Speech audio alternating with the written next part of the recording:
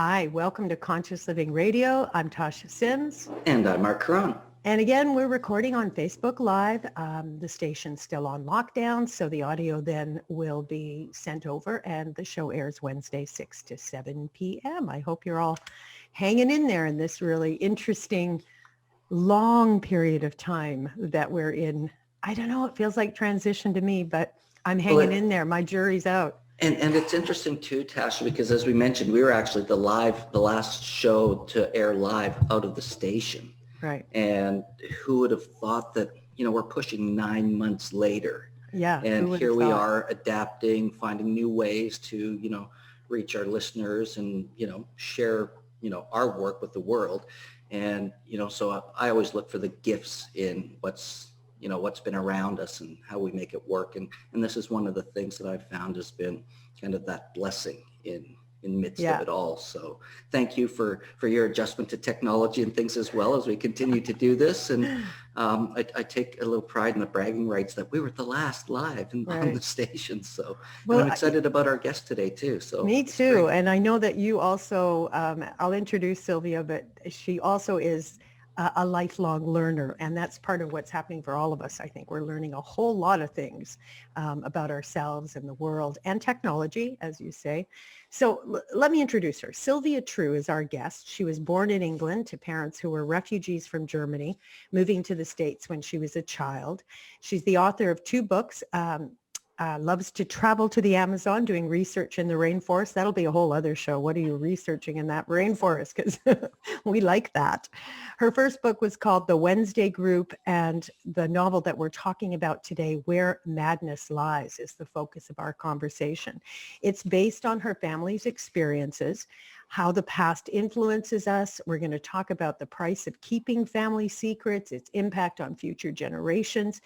And we're going to try to weave together, you ready for this? The climate of Nazi Germany, Sylvia's family struggle to survive the Holocaust, mental health, spirituality, and the paranormal.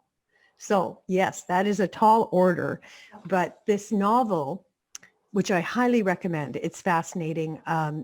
It takes place in a time with the Nazis' rise, in part, the Nazis' rise to power in Germany, and it feels chillingly important to me to see if we can unpack some of these subjects and unearth any learning that might be pertinent in today's world of unrest and reactivity and divisiveness. Really the question, can the echoes of Nazi history help us wake up and avoid something equally horrific ever occurring again?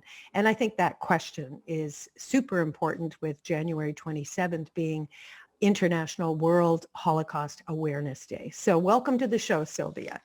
Thank you so much for having me. So I love your book. I really, really recommend it. And I'm not finished yet. I wish I could say I was, but it gripped me from the first page. If we can start with a bit of family history. How did growing up with parents from these different cultures, a mother who was a Swiss champion figure skater, a dad who was a theoretical nuclear physicist, and your grandfather was Anne Frank's family physician. How did all that give you a unique perspective? Well, I think that, first of all, and I think this is true for many homes and households and families, but, I felt it from quite a young age that the inside did not match the outside. What was going on inside my home when we moved to this country, I was about 5, there was a lot of angst and things that weren't talked about, then crazy things that were yelled about.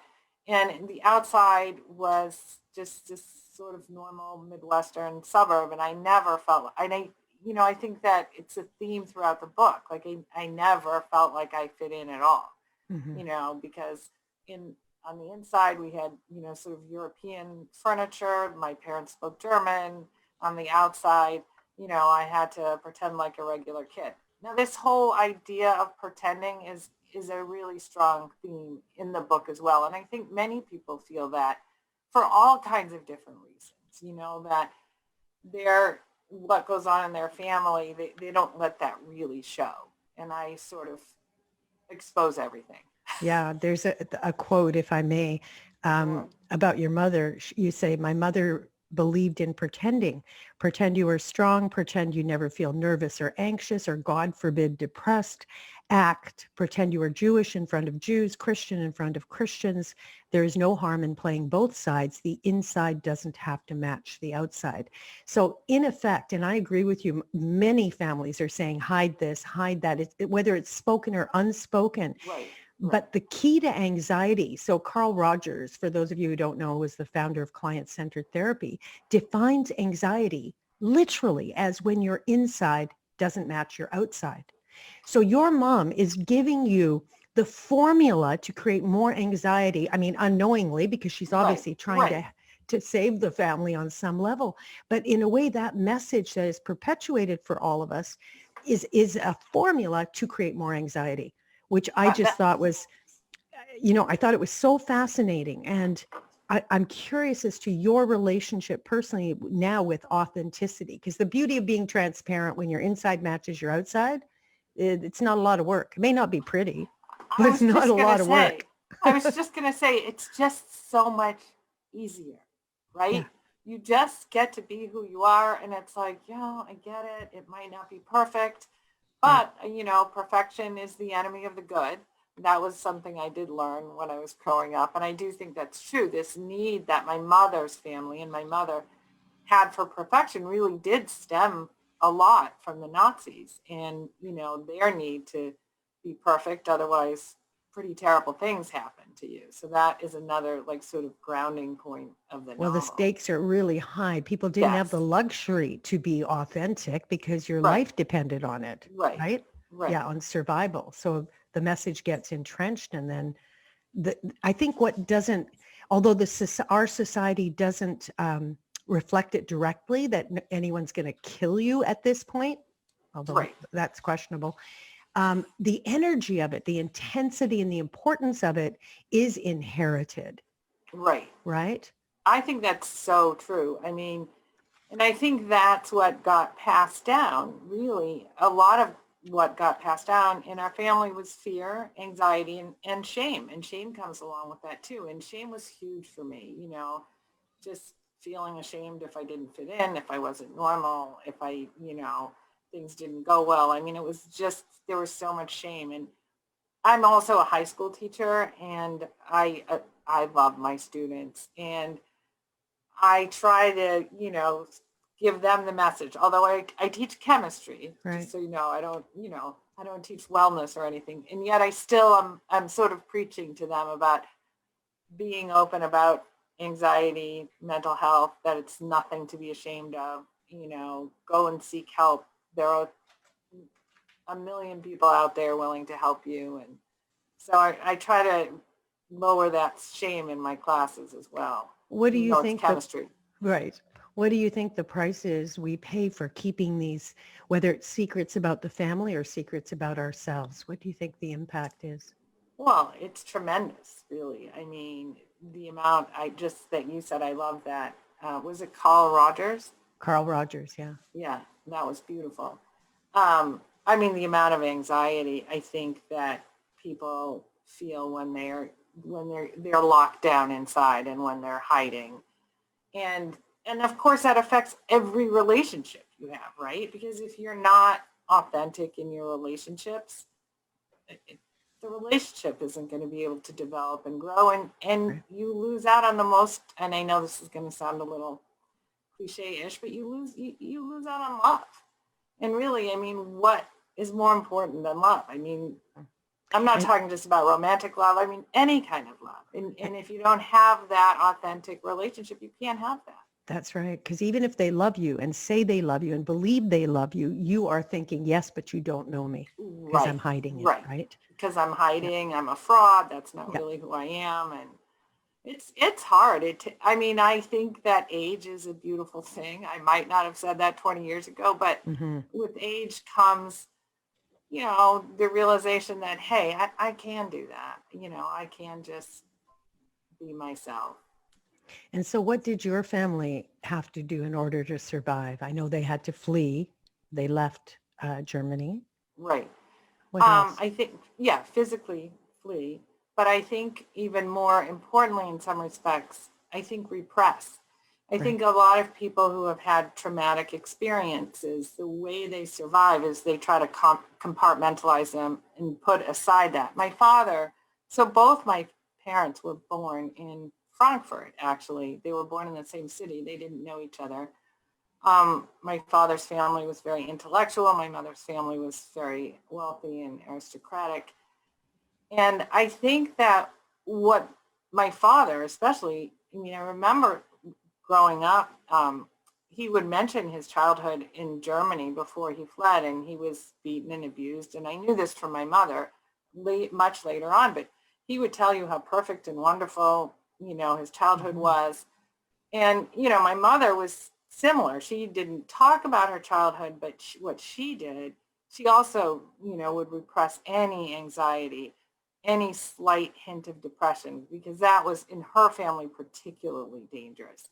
And I think what saved her was skating and moving physically. Like, she took to the ice because a doctor said she had weak ankles. There's no such thing as weak ankles, but she got on the ice and that was it for her. I mean, she fell in love with that. And I think that physical movement helped her tremendously with her anxiety.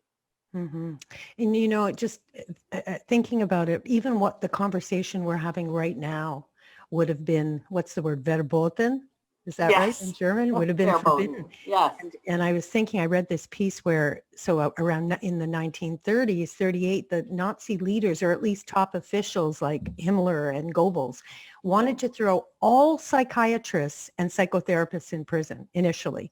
And then somebody had a cousin, I think it was Göring, Hermann Göring had a cousin who was a psychiatrist who joined the Nazi party. So they kind of gave him, he was a psychiatrist with a Nazi slant or whatever it was. So they responded with some moderation to the doctors. Forget about what happened to the patients, which I really want to get into, because that's something that those considerations certainly did not apply to the patients. Can we touch on what their response was to people who were suffering with mental health in Germany? Yeah.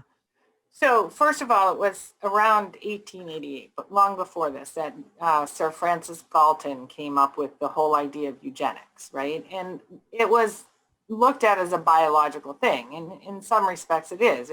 The idea was to get rid of diseases. I mean, it was pretty straightforward, and most doctors wanted that. And eugenics was big around the world. It wasn't just Germany. In fact, other countries, including the U.S., were leading in their numbers of sterilizations. So, these were big ideas. And in fact, just a lot of doctors did join the Nazi Party. And a lot of doctors joined the Nazi Party because they believed in eugenics, because they wanted to figure out ways to get rid of disease. And, if you think about it like that, well, we do want to do that, right? I mean, we're trying to get rid of COVID. We want to get rid of disease. But their way, of course, the way they thought of it then was, you had to stop the feeble-minded people and whatever they were called from reproducing. And in 1933, the Germans enacted their sterilization law, which was huge then. And people, what they called feeble-mindedness, which can be a whole range of things, right? Schizophrenic, manic depressive, congenital blindness, postpartum, deafness, alcoholism. There were many, many, many, many reasons people were sterilized. And between 1934 and 1939, 400,000 people in Germany were sterilized because of these laws. And basically they had these things called health courts, and a couple doctors sat on the health courts and just determined from a piece of paper who should be sterilized. I mean, it's crazy. We think it's crazy. I think there's, and I don't want to say what state, because there's still one state in the U.S. that actually has the sterilization laws still on their books. I don't think they've gotten rid of it yet, which, again, it's like, whoa. Well, I do want to know what state. I'm going to look that up. No, I heard a podcast on it, and I don't want to say the wrong state. Right. Because that would just I don't know. Anyway. I know, I get you.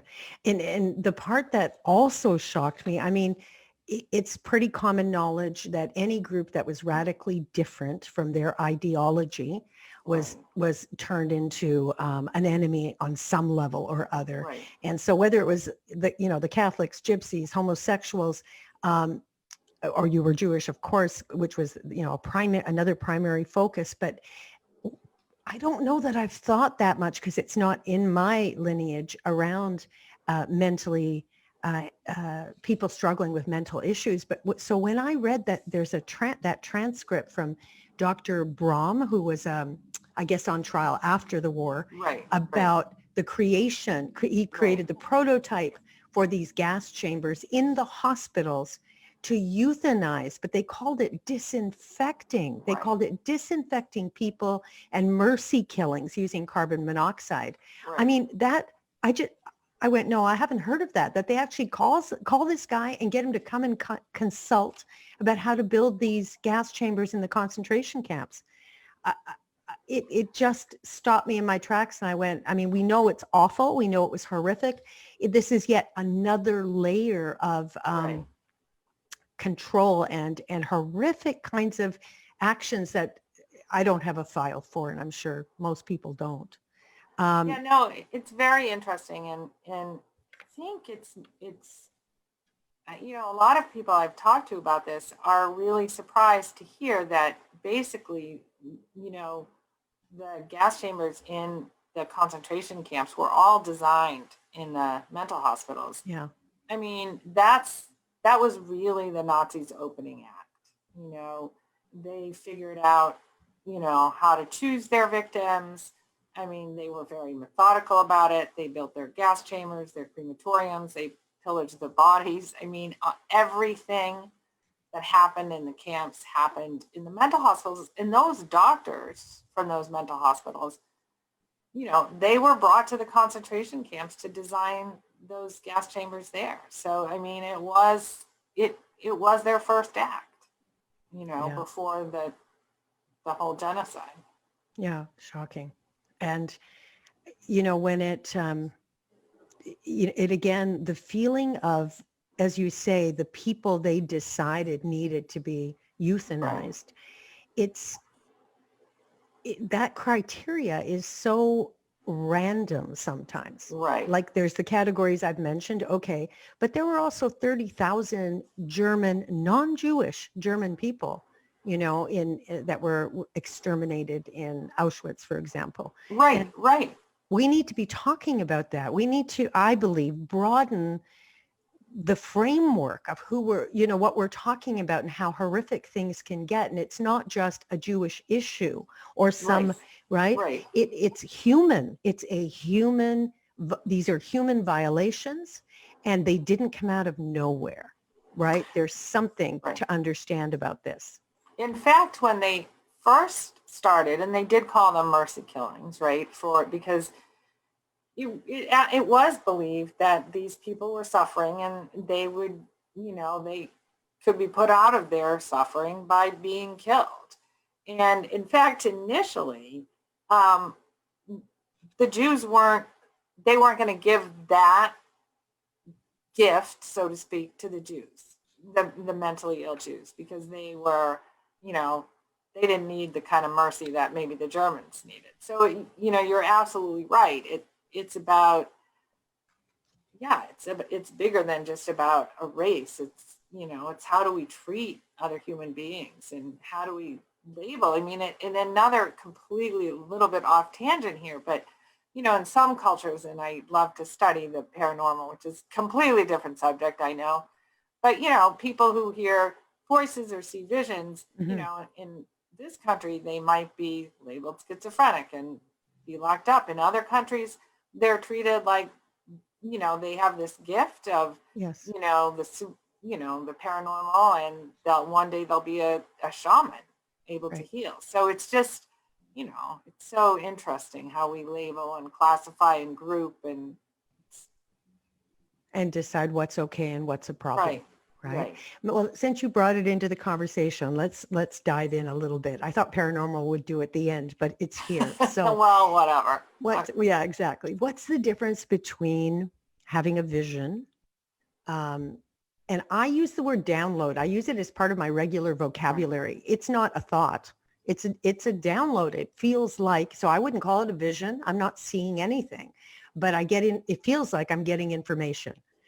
I Right. don't have a mental condition, but I wonder is there a difference between having a vision and just your take on it? Can we break it down, get a little more specific well, let's go with the difference between having a vision and having a psychotic break, maybe. Let's Right. do that. Well, And let's throw in download. Let's do all right. three. No, I believe in the downloading, aspect too. And I think that a lot of people actually get and this is common knowledge. I mean, they get information in their dreams. And, there are some really interesting stories about, physicists and mathematicians that literally got the information through a dream. And Right. you have to consider, what was that a download? I mean, I think it maybe could have been. I mean, other people will think, oh, that's total nonsense. And, again, I mean, I know people who definitely have visions. They're not psychotic. They're definitely, getting visions from the other side or hear voices, and I don't know where the line is so individual, right? I mean, it's so different for different people. And I mean, I guess what I would think is if you're in a lot of pain, mental anguish, then that's when you would hopefully obviously seek treatment. But people were and people are put in hospitals because, of visions and, voices that could very well be, the paranormal or from the other side. And do you have a personal experience? And like I say, I haven't read that, how it's woven into your book. I'm curious as to what called you to include that. So that's interesting. So there is a character in the book. I'm going to backtrack a little. So my grandmother is basically the main character in the book, and she was the one who tried to save her sister in Nazi Germany. She did a lot of research. They got the best doctors, but eventually Rigmore ended up at one of these institutions where they did build the gas chambers, and she was also sterilized. So my grandmother she fled Germany, and because she was Jewish, and also just put it all behind it, like locked it up, closed it. And not until, and this is that's a real story, but the other real part of the story is I also went to a mental hospital much later on with depression and anxiety. And it really came on strong after my first daughter was born. I think that was a postpartum depression, but it was a postpartum depression on top of a whole life of depression. And so, my grandmother was the one who sort of had to save me in essence by slowly opening up and being able to look at her past and reflect on her past. So how does this tie in with the paranormal? You're probably like, wait, what? No, anyway, so there is a character who's locked up in the mental hospital who has visions of the sister who died in Nazi Germany. And what this does to the grandmother, or to say my grandmother, is it pushes the boundaries, right? It makes her have to open up a little bit and question. And it's all about creating an openness. And in a way, that's the really major thread in the story is both characters, me and my grandmother, have to open up and really listen to the other one. And each person, I mean, this is how we started the conversation about being authentic. Each person has to be willing to be authentic in order to finally connect and finally feel that the love they have for each other. And that kind of takes the family out of the darkness and out of the secrets. And opening up a little bit to the paranormal was one of I didn't expect the grandmother to be like, oh yeah, now I get it. That's definitely, but it just pushes a little, and the grandmother in the book is, after she fled Germany, becomes quite rigid and controlling and closed, understandably, right? And I like to say that, or I like to say in general, only a closed mind is certain, right? Right. So it's about pushing the boundaries. It's about opening up. It's about being able to listen to each other and then finally connect. Mm-hmm. And it totally weaves us into the focus I wanted to have as well today. When you look at all the reactivity and the divisiveness in our society, the unrest, the white nationalism, this incredibly growing intolerance for other people's perspective, because that when you're closed, that's it. You're right. You're certain. And we've Right. got all these sides going, I'm certain. Right. And what we're witnessing and what was just witnessed, in the Capitol is in the States. I know you're in outside Boston. Right. It's I don't know how you cannot look at what's happening today and consider the correlation between our climate, our current climate, and what was happening in Germany. I wonder if you can speak to that. Yeah, it's frightening. It's frightening because I think you're absolutely right. We have all these different sides. I know we often break it down to two sides, and nobody's listening to each other, and everybody's sure they're right, and everybody's blaming. And, people seem to get more entrenched in their righteousness. And that's what's so frightening. It's like nobody's really listening. I would love to know, like, why do you really think that, Biden didn't win? Like, Biden didn't win. What are you listening to? What is going on? Like, we don't have conversations. We just blame each other, and sit in our righteousness. And I think that is frightening. And also that's a lot of the propaganda, Information.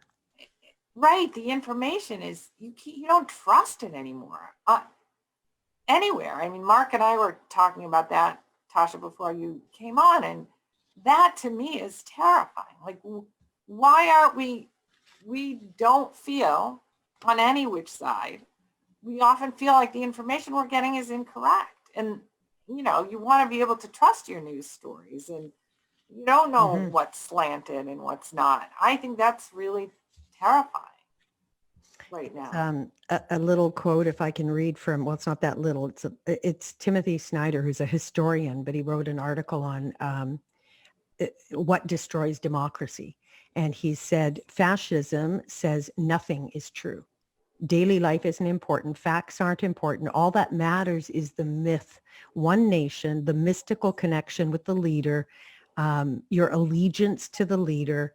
If you want to destroy democracy and rip out its heart, we stop access to facts. So exactly what you just said, we can't trust each other. Without trust, there's no law. Without law, there's no democracy. So go after the facts. And once the lying starts, both to self and others, it's your opponent who's lying. It's journalists who are lying. Everybody around you is lying. Therefore, there's no truth. And that is the sort of the soil of which everything else responds from. So if we agree with that and we see it happening, what can we do to begin to reclaim a sense of trust, I guess? Right. Right. I mean, not to go back to the book, but a little bit to go back to the book. I mean, that's what it's all about, is being able to trust and listen to the other person. And sometimes I do. I wonder, like, what if we were forced to sit in a room with somebody who isn't on our side, right? Just like understand that they're human and maybe begin to understand, where they're coming from. I mean, it's all about empathy, right? And maybe if we realize, wow, we actually like each other. We actually respect their life, and, maybe we can get somewhere. But right now the divisiveness is it's so entrenched. It's crazy. Yeah. Well, I am glad that you say that, Sylvia, because, in this, mistrust of what's true, what's not, where the facts lie, the division, that's kind of like we were talking before we got on, the division that's creating just socially, culturally, and in our family and friends, and when we need it now more than ever. It's been 9 months of this lockdown. Right. People are starting to get really anxious because we don't, where's the end? Where's it going to shift and change? And, how do we then, connect in a much better way, even if we have a difference of, and at this point I would say opinions, because if we can't trust the facts, all we have is kind of our opinions or feelings about the stories we're hearing. Right. Right. And then they're spread. And I was going to say, I shudder to think how much even more horrific it would have been in Germany if they'd had the internet and all these social media platforms. Oh my God. Right. We have this added component of instant information being sprouted everywhere. And, it's a whole different weapon. It's being used in some ways as a weapon to spread misinformation. Right. No, absolutely. It really is. I mean, this might sound a little corny, but I do think that, spirituality could heal a lot of people, like, understanding, that we're connected to the other side too, and being at peace with that. I know that probably didn't connect very well right now, but in my mind, I think it does. Yeah. That kind of love and that kind of acceptance could bring a lot of healing. Well, and I think in terms of, let's finish with social media. Before you post something, imagine because people are posting so quickly, they have a reaction, they read something and boom, they're commenting. Right. What if you actually got centered? And so my creed, the only thing I've got to hold on to, because I don't know if I'm right, like if I hang my flag on being right, I'm in trouble. I already know I'm in trouble. So as a default, I go, okay, that's not it. That one doesn't work. We know that, right? You got to give that one up if you're going to, you can't, what the Course, I don't know if you're familiar with the Course in Miracles, you can't have love and you can't be right and in love at the same time. Right. But regardless, so you hang up being beautiful. You hang up being right. Then what? And to me, my creed, the thing I can hold on to like an anchor, like a pole. I guess I'm on a boat. I'm trying to go, what am I holding here? It's a sail. I ask myself, is this helpful to union and the sense of understanding that we are one, or is it going to create more divisiveness? And that's pretty simple. And if you just took a beat and asked yourself what the value, it's not about, we're in trouble because people think their opinions are important. And that's not a loss of freedom to mull your opinion and have some discernment about what the point is, what your intention is in sharing that opinion. And that's all I'm talking about. Is it to create unity, or is it to continue to fuel the fire? And even that one step to me makes such a difference. Now, yes, I seem to be off social media quite a bit in terms of posting, because often I'm not quite there as impulsive. It doesn't lead to an impulse. It actually calls for reflection. Right. Absolutely. Right. It's, to stop for a minute, and reflect and look at why you're doing it, and, and what your goals are. I mean, do you want to keep fighting? It's funny, and a little off the topic too, I always ask my students at the beginning of the year, I'm like, what are the 3 most important words that you can say? And, they go to the normal, I love you, whatever. And I tell them, no, be able to say out loud, I was wrong. And and I try to explain how freeing that is, because then you're like, I don't have to be stuck in proving myself to be right when maybe I was wrong. Yeah. And anyway, I was just beautiful. thinking, No, I think it's relevant. Yeah. Really. I was wrong leads to accountability, which is fresh and clean like water. Yes. And I've said this before, to me, guilt which is when you're hiding and Right. ashamed that Right. you were wrong. Right. That is like sticky, icky swampland, no benefit whatsoever. So for sure, I'm with you. I love that. One is freeing and actually can lead to real transparency and intimacy and Right. authenticity. The other, you got to hide it. Even if you're saying sorry, it's just filled with gunk, Right. right? Right. No, it's true. I mean, that those three words, and they're hard to say if you're Yeah. not used to saying out loud, I was wrong. It's hard. It's so interesting. And even if it's not even the word necessarily wrong, but to take responsibility. Right. You know, if you can be in a situation, and it's something that I've learned over time, and exactly what you're saying is like we get this defensiveness knowing it was my fault. I messed up. This happened because I made that decision or whatever that is. And I've noticed like when you own that right away and say, you know what, you're right. That was my responsibility. I dropped the ball or I made a mistake or I was wrong, whatever that is. It takes away that charge because the other person's not trying to prove themselves to you that you were wrong and that they're right. And then you're not defending yourself. And there's something I found to be very, as much as there's that, I hate to use the word ego, but it's true, that ego part of yourself that doesn't want to be wrong. There's something very freeing about that too, is what I've experienced. Yeah. So here we are in this really uncertain time. Do you have any ideas on how to maintain a level of comfort or understanding that we're learning something that's hopeful and positive when we're facing, I mean, your family was in a very uncertain time, and here we are again in a different form. Do you have any suggestions or ideas that might help our listeners if they're struggling right now, just not knowing when it's going to end and what's going on in their lives?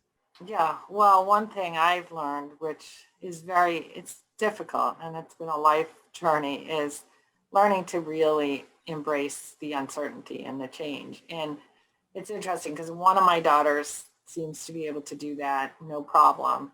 And the other one is really, this is such a tense time. I mean, she's tense about, the politics, she's tense about the pandemic. And I talk to her often about that. I'm like, you have to embrace the uncertainty and, you have to try to learn from, I mean, and we talked about that earlier. I mean, things we're learning to do for me, like in technology and Zooming and, you have to embrace the things that we're learning from this and, developing a different kind of relationship. And it's hard. I mean, but the number one thing for me, is to be open and to be authentic and to try to just have really honest conversations, with the people you're close to.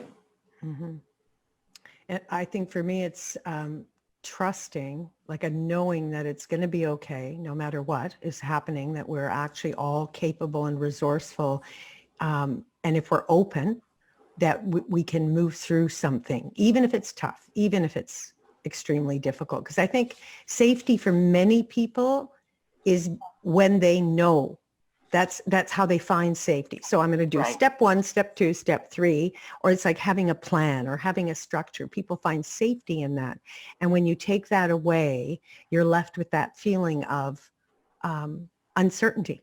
Right. Which is a slippery slope, because yes, that could be really, really uncomfortable. At the same time, if you can cultivate comfort with being uncertain, with the unknown, are you ever free? Because then you're open to new information, right? Right. And learning, when you're learning, and I tell this to my students all the time too, and part of learning is confusion. So embrace that confusion, because if you're not confused, you already know it or you don't want to learn it. So, if you want to learn and you want to be a lifelong learner, embrace the uncertainty, embrace the confusion. I mean, again, going back to the paranormal, that has helped me also enormously in uncertain times. Like the understanding that there's this whole spiritual world and that we're here to learn lessons and that Earth School can be really tough, but we're learning and growing from it. And that brings me a lot of comfort. And I know a lot of people don't believe, in the spiritual stuff. And I've been down a number of paths and, sort of went at it from not a totally scientific way, but, I quote unquote collected data and really have done my homework in that. And it actually has brought me enormous comfort, just feeling like there's a reason we don't know what it is always, but we will learn and grow from it. Isn't it cool when science backs up your intuitive knowing? I always get a real kick out of that, going, yes, great. We just some quantum physics piece, and it's something that you've known for a long time, right? It's good. It's a good feeling. And I really like that term, Earth School. Right. So what was at the root of the extremism and the dogma, both in Germany back in the 30s and that you see happening right now? Like, it's really obvious in the States, but I don't think other countries are exempt from this at all. I mean, we just shut down a chapter of Proud Boys in Manitoba here in Canada, and I was shocked. I had no idea we had a white nationalist group running rampant in Manitoba, but we did. So I think it's bringing a level of awareness. But my question to you is there something, a parallel between what fed that kind of extremism back in Nazi Germany and what is feeding it now? I mean, I don't know for sure, but my gut tells me it's fear. People's fear of not being heard, not being valued, and also wanting to blame. I mean, they did in Germany want to blame the Jewish people, and that it was easy to do that. So, there's a lot of fear, anger, and so, they have people turn it on other people instead of, honestly looking at themselves, reflecting on what might be going on psychologically with them or emotionally with them. And instead it gets, just turned outward in the worst ways, and people like to feel better than other people because they don't feel good about themselves. I mean, C.S. Lewis, one of my favorite, he wrote the Screw Tape Letters, and, to compare, he said, was really the axiom to hell. So when you start comparing, right, you lose yourself. You lose your authentic self. They're better, they're worse, whatever people do it to make themselves feel better. So, I mean, underneath, when that kind of hatred, there has to be fear and lack of self-esteem and their own shame. And, you put down other people and that makes some people feel better. And then apathy is also, being silent is also a problem. So absolutely, maybe we can touch on practically, let's just do racism in general. How do you respond to a racist comment? How do you challenge a racist without it turning into a fist fight? Right. I mean, you have to speak from your own truth. Like, that made me uncomfortable. It's got to be about how did it make me feel? Instead of, again, avoid the pointing fingers, you're a racist, you shouldn't have said that. Right. How did it make you feel? It made me uncomfortable, and maybe talk a little bit about why. Yeah. And we've been, my friend and I have been dissecting a little bit this whole feeling versus thought, and going, which comes first. We've been having all sorts of debates, but the point is, it feels to me, obviously I'm a feeling person. I mean, I love thought too, but I value my gut. I value how I experience something.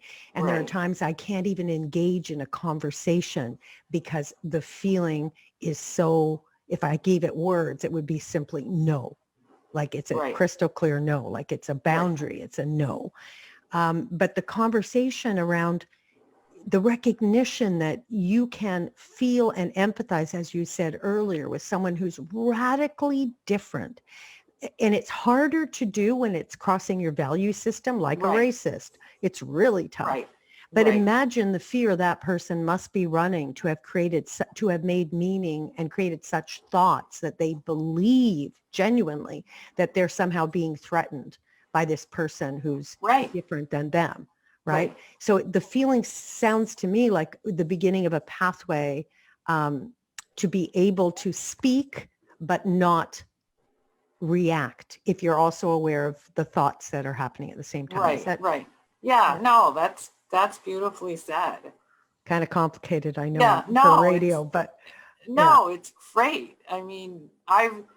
I've thoroughly enjoyed this hour listening to you.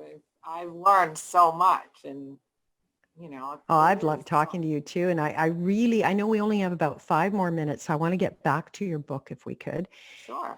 And you're going to tell us where listeners can get it and how they can read it. And but my question I think is, how do you think the book actually can support people in this uncertain time? If I were just to give you a big, wide, general place to go. Right.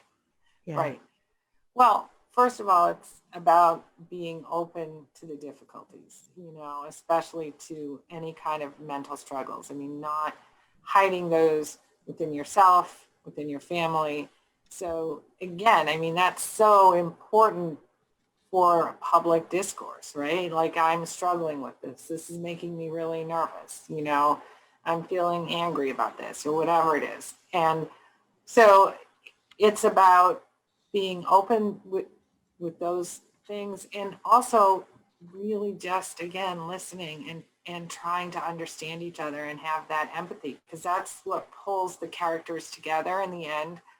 It's a book that starts out pretty dark, it's Nazi Germany and eugenics and not such pleasant things. And, through, as you read through the book, the grandmother and the granddaughter, by finally sort of letting go of each has their own different prejudices for different reasons. And by exposing those and opening up to those, they can finally join in love in the end. And so, yeah, it's about being open-minded and having empathy.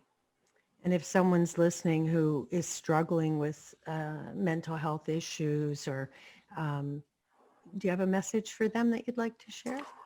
There's so much help to be had. I when both my daughters inherited, depression. One has more of the depressive side, the other has more of the anxiety side. And when my eldest daughter was depressed, I mean, I went fully in, and, she had a psychiatrist and a psychologist and a psychic, and, she hated one of the psychiatrists. So I got her another one. There just is so much help. Part of depression is feeling hopeless. Like, that's a symptom of the depression. So you're going to feel hopeless. You're going to feel like there's not help, but keep telling your brain, even if you don't feel it, you just have to keep telling your brain, there is a lot of help. There's a lot of good medicine. There are a lot of great therapists. And if a psychic helps you, go for that as well. One doesn't have to exclude the other, and that there really is help out there. Yeah. And so where can our listeners get your book, Where Madness Lies? So I have a website, sylviatrue.com, and you can get it at Barnes & Noble and Amazon, and just Google it, and a bunch of different places come up. So I'm so glad you wrote it. First. What? I'm so glad you wrote it. Well, thank you. Yeah, I think not only is it an incredible read and a captivating story, it's, this whole interview, as we've talked about, it feels like it's illuminating some really important, an important message that's helpful to people. And it's not hitting you on the head with it. It's in a story form where you just get caught up, which I love. And that's how we absorb things best anyway. It is how it's so true. We're not very receptive to, you must do this. Yeah. We're much more receptive to, listen to this story, and, and then figure out what you learn from it. Well, I've always heard where, we learn best when we don't know we're learning. Right. Oh, I love that. And I love that. Become a great storyteller, because that's where people will learn the most. You're telling a story, yet there's messages in it. Yeah. Right. And I think that it's a powerful way. In the Western world, we get so caught up in the science and the academics and why and the how, versus just letting ourselves get taken away in a story that, we go, I learned something, or that I felt Right. good, or something of that nature, versus just getting all academic about it. Right. Oh, I love that. Yeah. Well, it has been a super pleasure speaking with you today. I regret my choice of music, Marc. Can we change it, or is it too late? Tasha, you can do whatever you want. It becomes too late about noon on Wednesdays. And I'll tell those who are watching on Facebook. So I picked the music for the show that airs on the radio, and because I was diving into Nazi Germany, what did I come up with as an ending was Talking Heads Psycho Killer, which is ba ba ba ba ba ba. Yeah. Like it's relevant, but it's not where we're at, and it's not where we've ended up. And rather than end on that note, I would rather play, just so you know, Marc, All You Need Is Love, or Oh, that's beautiful. something super positive, or Imagine. So Well- either of those two you pick, but let's end on a positive note and really, I think the resonance of everything we've been talking about, and as you say, hope, right? Hope. Right. Let's be those messengers. Let's generate that, and in all our choices. Right. So thank you so much, Sylvia, for being our guest today. Oh, Yeah, it's thank such you. a It was pleasure. Thank great you. conversation for sure. Yeah, I was just it was taken away. beautiful. I even learned a bunch today, so I'm always grateful for that. So thank you. And you didn't even know you were learning. Exactly. That's the best part. Go figure. Right. I'd like to be Okay. an example of what I learn, Thanks Well, everyone for thank joining us. you. All right, Conscious Living bye. Radio is on Wednesdays, 6 to 7 p.m., 100.5 FM on Co-op Radio.